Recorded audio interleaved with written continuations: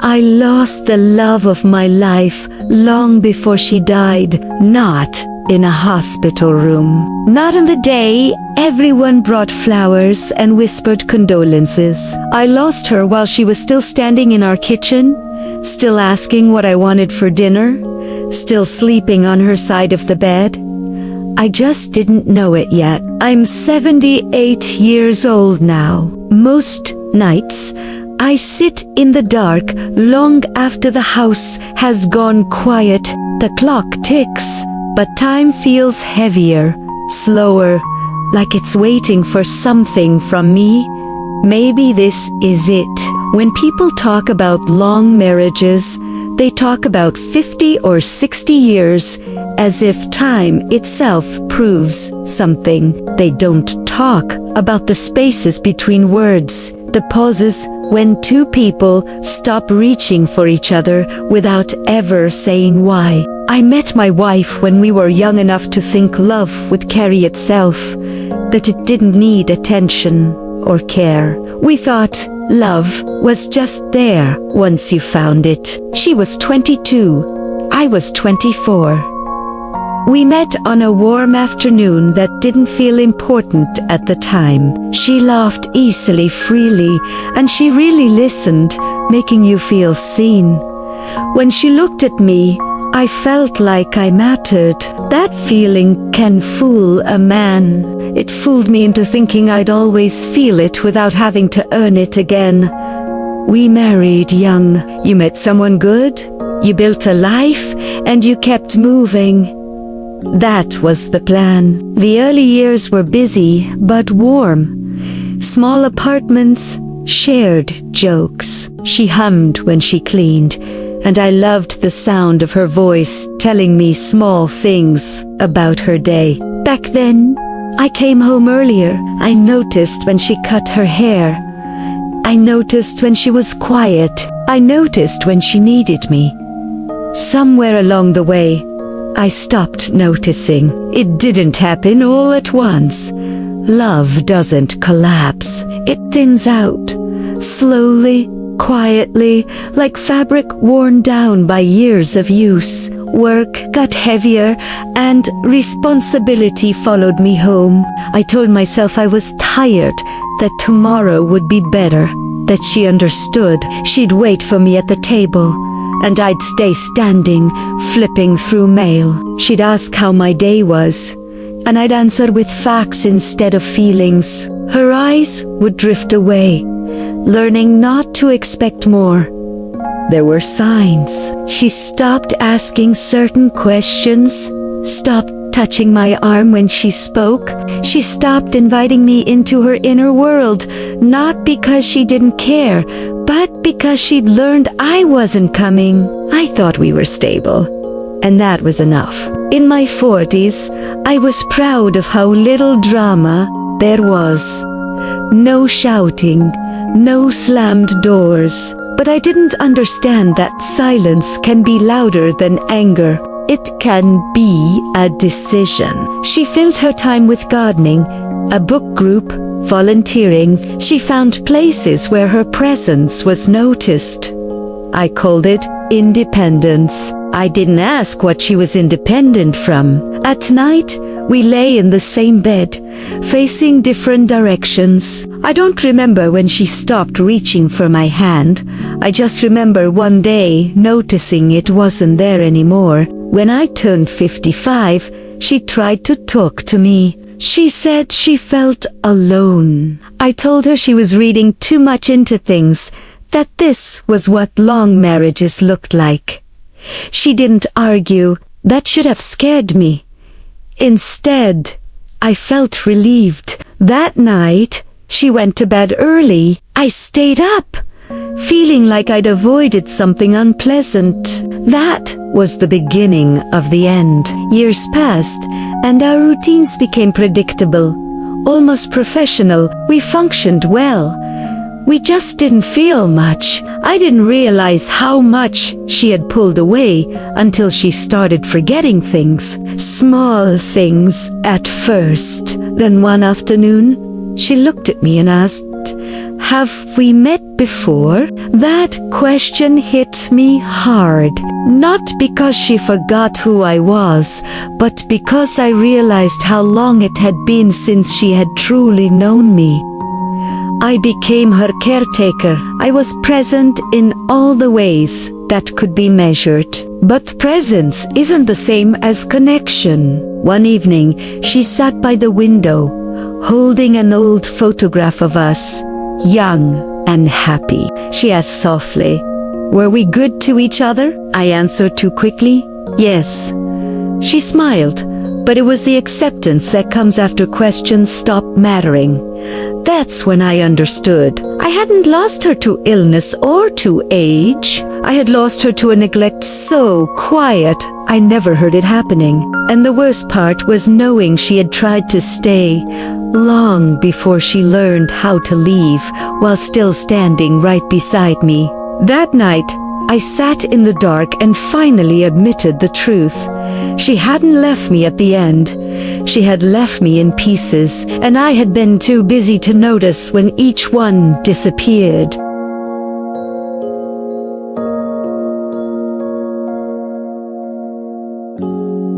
After that night, things didn't fall apart.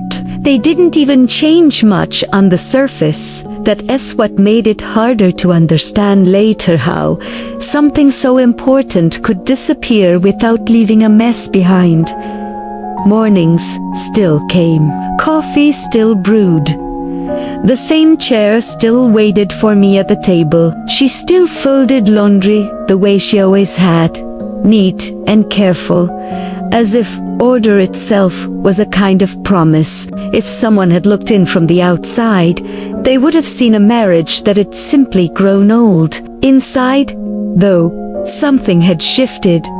Not loudly, not dramatically, just enough that the air felt thinner. She spoke less to me, but not in a way that felt cold. It was almost polite, like you speak to someone you don't want to burden anymore. She'd tell me about her day in pieces, trimmed down to what felt necessary. I noticed she started talking more to other people, neighbors, church friends, even strangers at the grocery store. She came home lighter after those conversations. With me, she stayed careful. I told myself this was normal. Long marriages settle. I thought passion turns into comfort. Silence becomes understanding. These were the stories men like me told ourselves so we wouldn't have to look too closely. In my late 50s, my work finally slowed down. Promotions stopped mattering. The long hours began to feel unnecessary. I thought, now I'll have more time for us. I didn't realize how late that thought was. She had already learned how to live without asking anything from me. At night, I'd try to talk, ask simple questions. "How was your day?" She'd answer kindly, briefly. Then she'd ask about mine, the way people do out of habit. We were gentle with each other, careful not to disturb what little balance remained. There is a strange loneliness that comes from being treated kindly by someone who used to love you fiercely. It's not anger you feel, it's distance wrapped in courtesy. I remember one Sunday afternoon clearly. We were sitting on the porch, watching the light change. It was quiet, but not the peaceful kind. She was knitting something small, something for someone else. I asked what it was. She said it was for a neighbor's new grandchild. I waited. She didn't say anything more. At some point, I realized she hadn't made anything for me in years. Not a scarf, not a sweater, not even a comment about the cold. I didn't bring it up. I rarely did anymore. In our early 60s, her memory began slipping more often. Not in a way that frightened us at first, just enough to make jokes about. She'd misplace her glasses while they were still on her face. Forget the end of a story she had just started. I laughed with her. She laughed too, but sometimes, after laughing, she'd go quiet. That quiet started to worry me. There were moments when she seemed more present than she had been in years, especially when talking about the past. She remembered our early days with a clarity that surprised me. The tiny apartment, the road trips, the way we used to talk late into the night. Once, while washing dishes together, she said, "We used to talk a lot, didn't we?" I said yes. I wanted to add more. Something honest. Something that reached back across the years. But the words didn't come out right. And the moment passed, like so many others. I noticed then how often moments passed without being touched. As her memory faded, her need for reassurance grew. She'd ask small questions. Is today Tuesday? Are we staying home tonight? Questions that weren't really about the answers. They were about anchoring herself. About knowing someone was there. I answered patiently. I did what was expected, but patience isn't the same as closeness. I didn't sit with her questions long enough. I didn't ask what she was afraid of. There were nights she woke up disoriented, her voice soft but urgent. I'd guide her back to bed, tell her everything was okay. She'd calm down quickly. Too quickly, as if she had learned not to ask for more than that. One evening, she called me by my brother's name. She apologized immediately. Ober and Ober. I told her it was fine, that it didn't matter. But it did. Not because she forgot my name, but because I realized how long it had been since she had said it with warmth. As the years went on, I became more necessary to her and less known by her. It's a strange thing, becoming essential without being intimate. I cooked more, cleaned more, organized our days. People praised me for how well I took care of her. I accepted the praise quietly. I didn't know how to explain that care had come easier to me than connection ever had. Sometimes she'd look at me with a softness that felt borrowed, like she recognized a feeling without knowing its source. Other times, her eyes would slide past me, searching for something she couldn't name. One afternoon, she asked, "Do you live here?" I said, "Yes." I smiled. I tried to keep it light. Inside, something folded in on itself. That night, I lay awake, thinking about all the times she had asked me to live with her, not just beside her. All the invitations I had declined without realizing what they were. I started noticing the weight of my own silence. How often I had chosen ease over effort, calm over connection. How often I had assumed she'd always be there to catch up with later. She grew quieter as the disease took more from her, but there were flashy moments when she was suddenly sharp, suddenly present.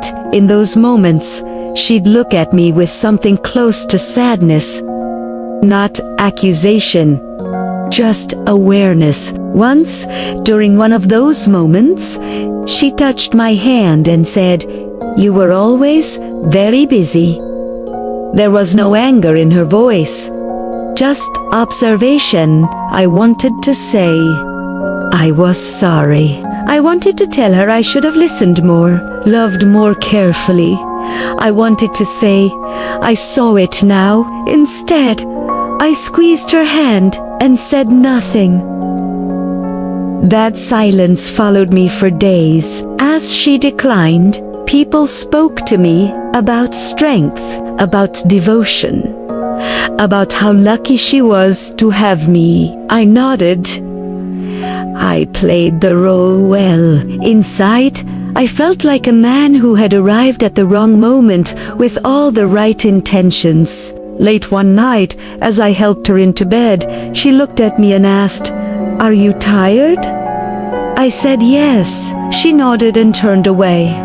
Like that answer explained everything. I stood there for a long time after she fell asleep, watching her breathe, watching the rise and fall of a life I had shared but not fully entered. I realized then that she no longer expected me to say the things I had never said.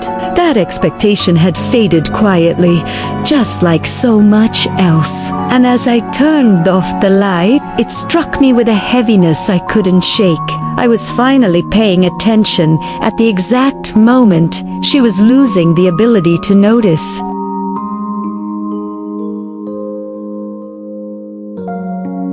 The next few years passed in a strange rhythm. Days bled into each other, quiet and predictable. Neighbors would wave, family would visit. The house appeared alive to anyone looking in, but inside, the air was thin. Every sound felt measured, every word weighed. Every glance carried unspoken questions we both avoided. I began noticing little habits she had developed, teeny routines that seemed harmless, but I realized later were her ways of protecting herself from me. She'd put her teacup in a certain spot, far enough that I'd have to stretch to reach it.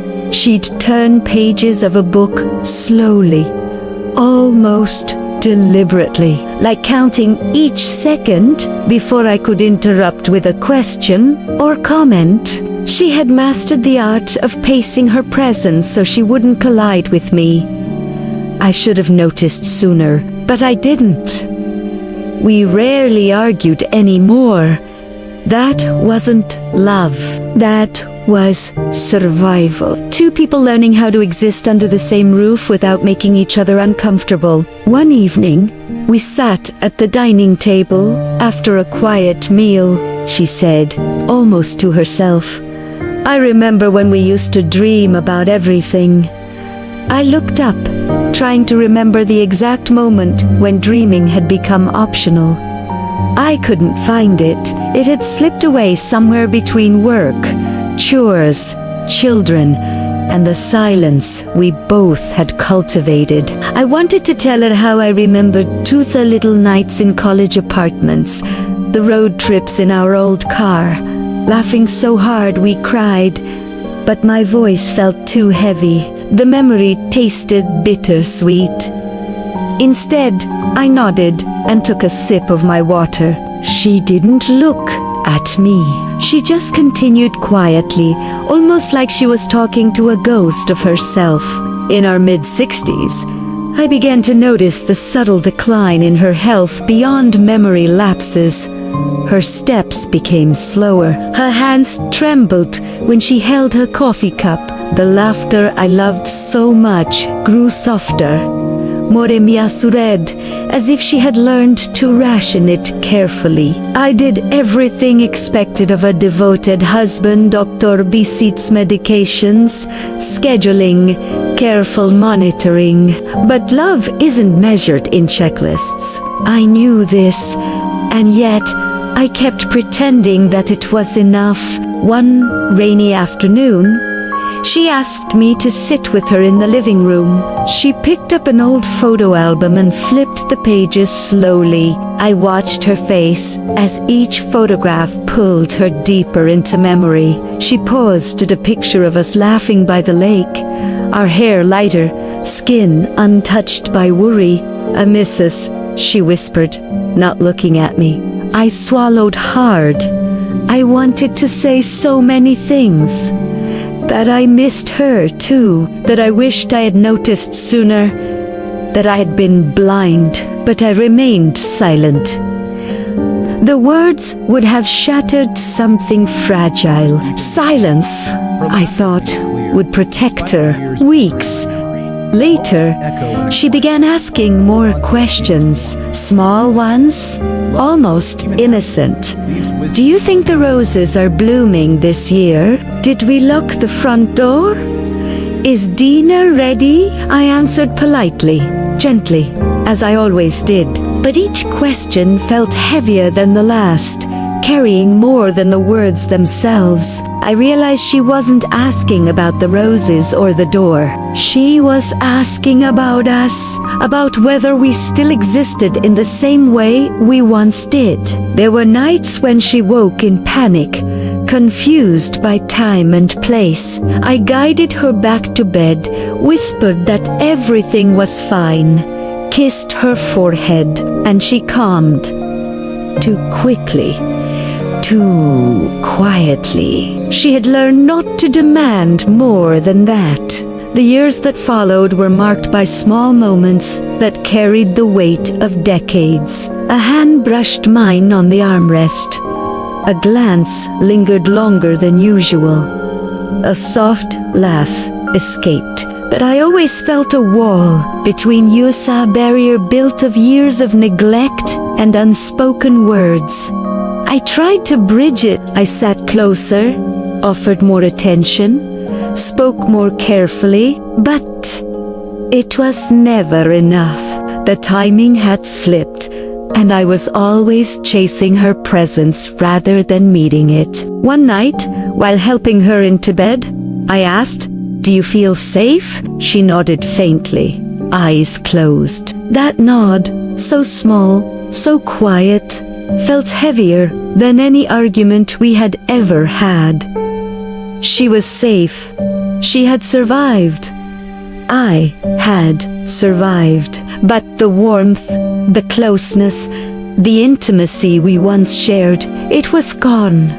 Lost in the spaces between us. I remember lying awake that night, staring at the ceiling, thinking about all the times I had failed to listen, failed to touch, failed to be present. I realized that I had lost her long before the disease, long before age, long before the world noticed. I had lost her in pieces, in moments I thought were insignificant. And the hardest part, knowing she had stayed silently, hoping I would notice, hoping I would return to her, and I never did. Somewhere in the quiet, in the long stretches of everyday life, she had already drifted away. She hadn't left the bed, the house, or the marriage. She had left my heart. I still see her sometimes, in dreams or in sudden flashes, when I turn a corner or smell the roses she planted.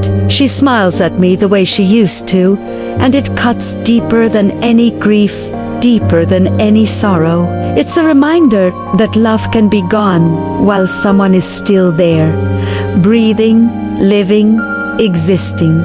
By the time she began to fade more noticeably, I had grown older, slower, more aware, but awareness is a cruel thing. It comes too late. I could see her slipping in and out of moments, sharp one instant, confused the next, always more aware than I deserved her to be. I began to understand the depth of my own failure. I had provided care, attention, and presence in all the measurable ways. But love, the real, messy, vulnerable love, was something I had given sparingly, cautiously, and often not at all. And so I watched her drift through the last years with a dignity I could admire but never reach. She had lived, laughed, remembered, and loved. I had existed beside her, but too often, not with her. And in the quiet of the night, alone in our room, I understood fully. I had lost her long before she left the world.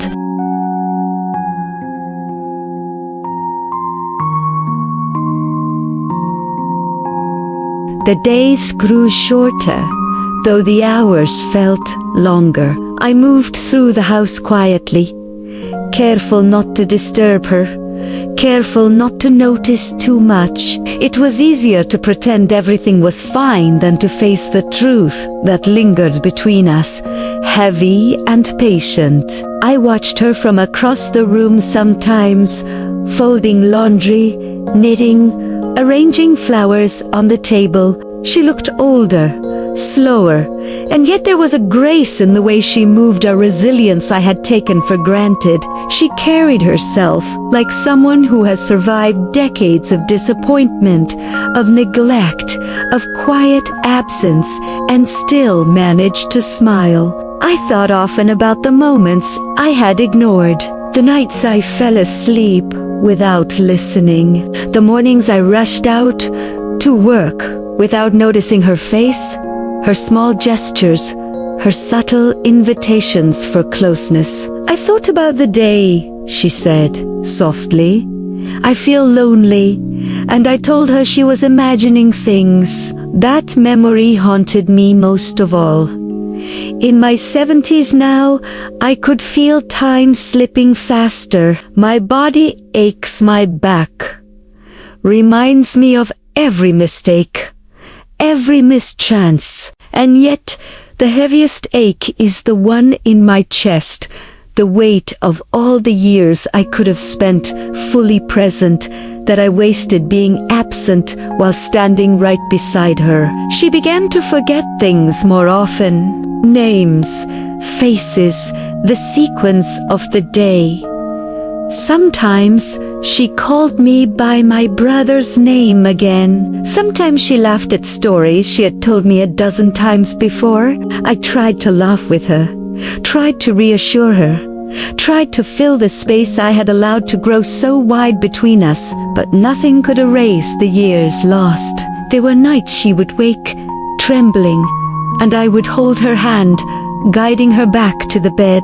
She would come almost instantly, trusting me without words, and I would lie there afterward, staring at the ceiling, thinking of all the times I should have held her hand before she needed me to, all the times I should have listened, all the times I should have loved her more fiercely, more openly. I remember one late afternoon, sitting together on the porch. The sun was low, casting long shadows across the lawn. She held my hand for a moment, just barely, and said, "We used to talk more, didn't we?" I nodded. I wanted to say something, anything, that could bridge the distance between us, but the words failed. The truth was too heavy. She deserved honesty, but honesty at that moment would have been too painful. In those final years, I became a witness to her fading, the gradual slipping away of the woman I had loved so completely, and yet had taken for granted. And through it all, she remained kind, patient, and full of grace. I began to understand that love isn't always about grand gestures. Sometimes it's about showing up, about being there even when you don't feel like it, about listening even when you'd rather not. And I had shown up, yes, but not enough. Not truly. The realization is a quiet one, a heavy one. It sits in the chest like a stone, pressing down, reminding you that time is finite, that presence without intimacy is not enough, and that love can be lost in the spaces between words, in the silences we choose to keep. She passed in the early morning hours, her hand still in mine, and even in death, she was dignified, peaceful, the same woman I had once loved so fiercely, but I had always known that I had lost her long before that final moment. Now, sitting alone in the house, I replay the years in my mind. I see the missed chances, the ignored signals, the quiet retreats. I remember the small gestures that went unnoticed, the nights I didn't listen, The mornings I rushed out without care. I am left with memories, with regrets, and with the haunting knowledge that love can slip away while someone is still alive, still breathing, still standing right beside you. And in the quiet of these later years, I carry that lesson with me. Not as advice, not as a moral, but as a truth that no one can undo. The person you love can be gone long before they leave the world.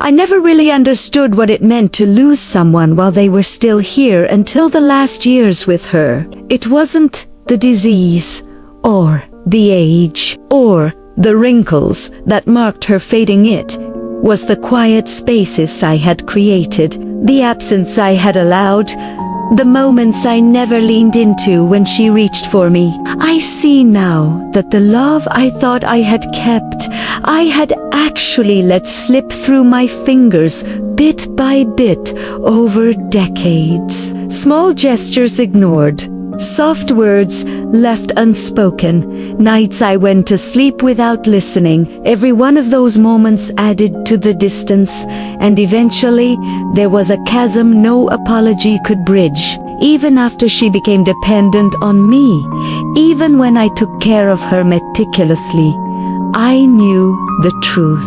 My presence was necessary, but my intimacy had been absent. I had been the caretaker, the provider, the steady hand, but I had not been the husband she needed.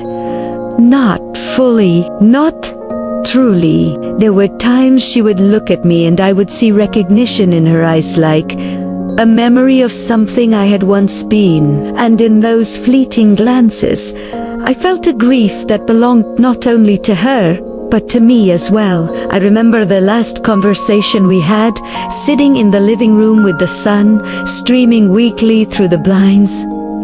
She asked me, softly, were we happy? I wanted to say yes. I wanted to lie and offer comfort, but the honesty inside me was heavier than any words I could say. So I simply nodded. It was the safest answer, and in her silence, I understood that she accepted it for what it was. Not complete, not perfect, but enough to carry her into sleep.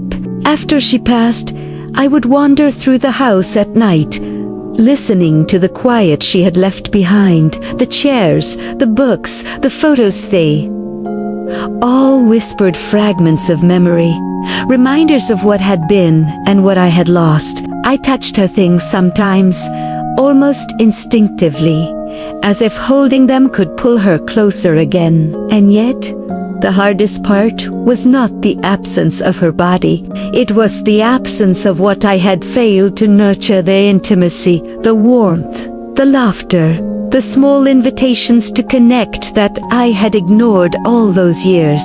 I see it now with painful clarity. I had lost her long before she died.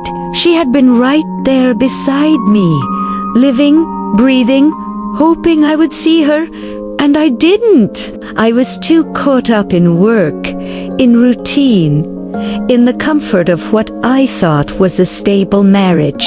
And the final, cruel truth is this: sometimes the people you love the most leave you long before they ever leave the world. They drift away in the quiet spaces you create, in the silences you tolerate, in the attention you fail to give.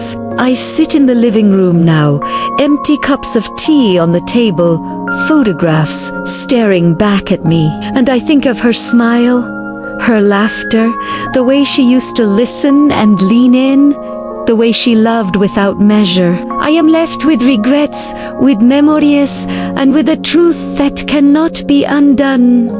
I lost the love of my life long before she died, and as I close my eyes at night, I wonder if she ever knew, if she could forgive me for the years I didn't truly see her, didn't truly hear her, didn't truly love her in the way she deserved.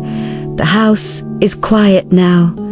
The air is still, but the weight of that loss, of that missed connection, of that quiet absence remains. I will carry it with me until the end. And in the stillness, I realize sometimes love isn't lost in death. It's lost in life, quietly, invisibly, while someone stands right beside you.